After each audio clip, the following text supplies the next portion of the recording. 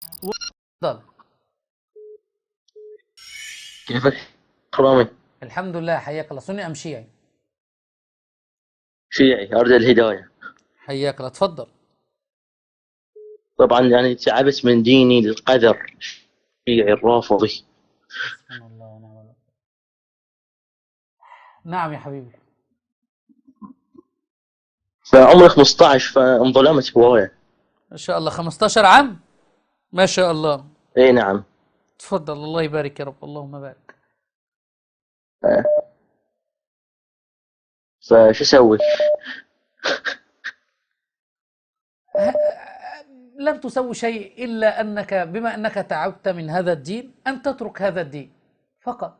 ستشعر براحة حينما تكون فعلا على دين الإسلام الحق. هو بالضبط. تسمعني؟ نعم. طب اتفضل، لو تحب تعلن هدايتك تفضل. لا حول ولا قوة إلا بالله. أشهد أن لا إله إلا الله وأشهد أن محمد رسول الله. اللهم ارض عن الصحابة أجمع، عن الله أكبر. أمهات الله أكبر، الله أكبر، هنيئا لك يا حبيبي. الله أكبر ولله الحمد، الله أكبر ولله الحمد. الاتصال عندك يعني يقطع ويرجع من جاري إعادة الاتصال، فالنت عندك ضعيف جدا. الله أكبر ولله الحمد. تسمعني الآن يا حبيبي؟ نعم.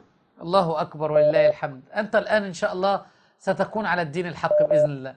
صوتك قطع، لو تحب تعيد مرة أخرى. نعم أشهد أن لا إله إلا الله. الله أشهد أكبر. أن محمد رسول الله. صلى الله عليه وسلم. اللهم ارض عن صحابة رسول الله أجمعين، صلى الله عليه وسلم. الله أكبر، الله أكبر ولله الحمد. وعن وعن أمهات المؤمنين. الله أكبر، الله أكبر، هنيئا لك يا حبيبي. الحمد لله الذي أخرجك من الظلمات إلى النور. اللهم لك الحمد. أنت المهتدي المتصل اليوم رقم 13، ما شاء الله.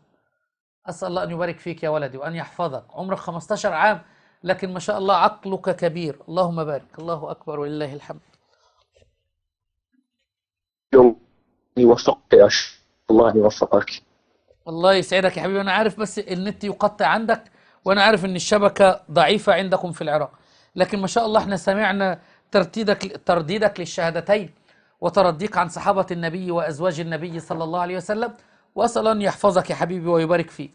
وتواصل معي يا حبيبي بعد البث إن شاء الله بإذن الله تبارك وتعالى، حتى أرسل لك الوضوء الصحيح والصلاة الصحيحة إن شاء الله.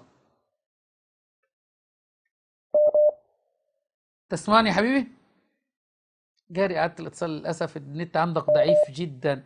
أنا إن شاء الله أنا أعلم أنك معي في البث الآن. أقول لك يا حبيبي ما شاء الله، إيه، تواصل معي. ما شاء الله عمرك 15 عام واسمك مكتوب عندي، فقل لي أنا فلان اللي اتصلت عليك. وأسأل الله أن يثبتك ويبارك فيك. وهنيئا لك، هنيئا لكل شيء عاقل بدأ يفكر، هنيئا لكل شيء عاقل ترك هذا المعتقد، هنيئا لكل شيء عاقل بدأ يحكم القرآن. شفت عنده 15 عام ويقول لك أنا تعبت من هذا الدين القذر.